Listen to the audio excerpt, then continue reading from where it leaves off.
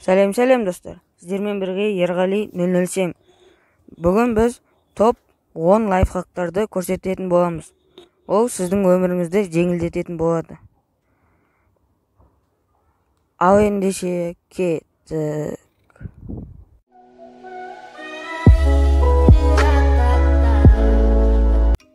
Бүгін біздің топ 10 лайфхагымызға осыншама заттар керек болады. Сумка, спрей, зубный паста, телефон, балға, шеге. Ал ең біріншісіне келсек, ол көп адам скотчпен қолданғанда жандарында острый заттар болмай, оны қатты жоқлап тартады. Одан ол скотч жыртылмайды. Ал оны ешқандай острый құралсыз жыртудың оңай тәсілі бар. Оны видеодағы көрсетілгендей өзіне өзін жабыстырамыз. Сосын оны мықтылап ұстаймыз да, видеода көрсетілгендей мықтылап ұстаймыз да тартып қаламыз. Және ол өзінен өзі жылынады. Бұл лайфхак керемет лайфхак.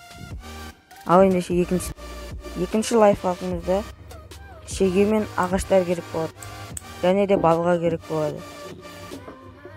Шегені ағашқа қаққанда ағаш жарылып кетеді. Видеода көрсетілгендей жарылып кетеді. Міне осылай екіге бөлініп қалады. Керек емес болып қалады сосын. Ал ағашты жармай шеге қағудың керемет әдісі бар.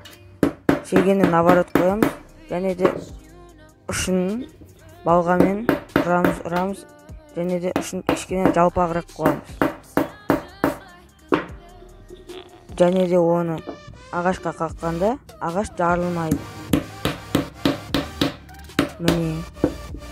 Міне керемет. Ал ендеше үшінші лайфхагымызға кетейік. Термоклей қолданғанда оның клейі ағады. Сол кезде оны жуған кезде осылайынан стол ойылып қалады. Ал бұның ойылмайтын және оп-оңай алынатын тәсілі бар. Осы тәсілді біз осы лайфхакты көрсететін боламыз. Ол үшін спрей шашамыз, немесе антисептик спирт болады. Сосын оны оп-оңай қолмен жуа саламыз.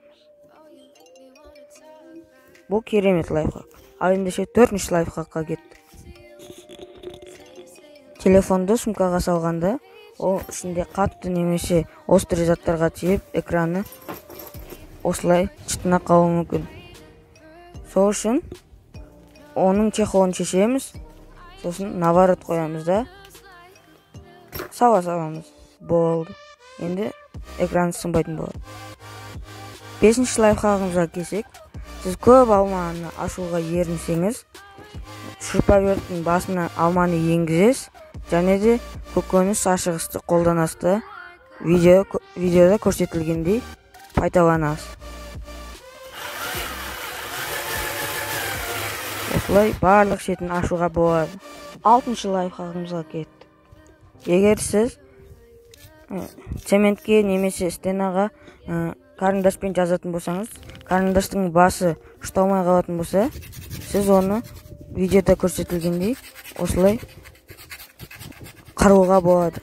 Және де ол әдемі ұшталынады. Міне осылай. Енді оп-оңай сыза беруге болады.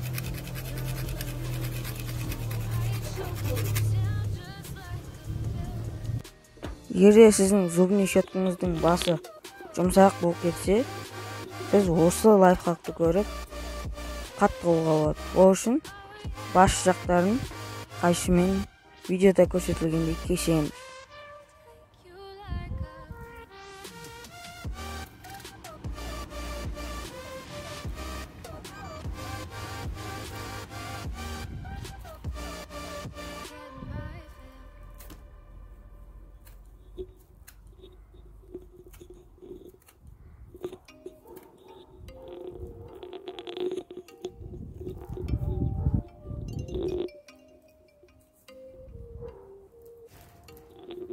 қайшы дұрыстап өтпей қалды.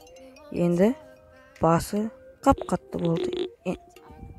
8-ші лайфхагымызға келсек, сіздің резагыңыз өтпей қалса, барлық заттарды кеспей қалса, басын сындырып тастауыңыз керек.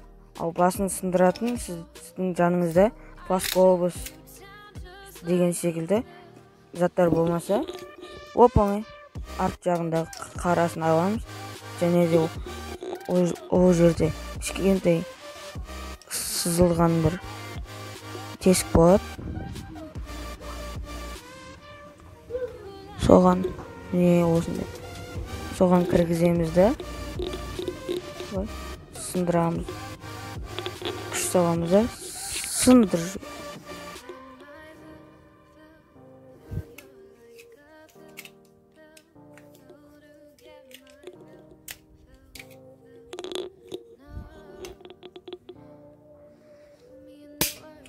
Болды. Осылай ғана сындыра саламыз.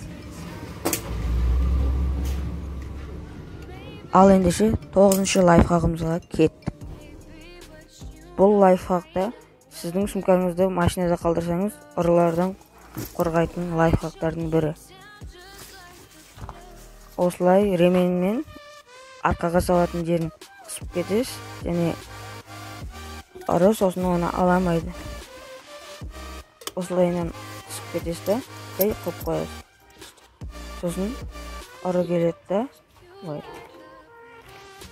сындырып қояды.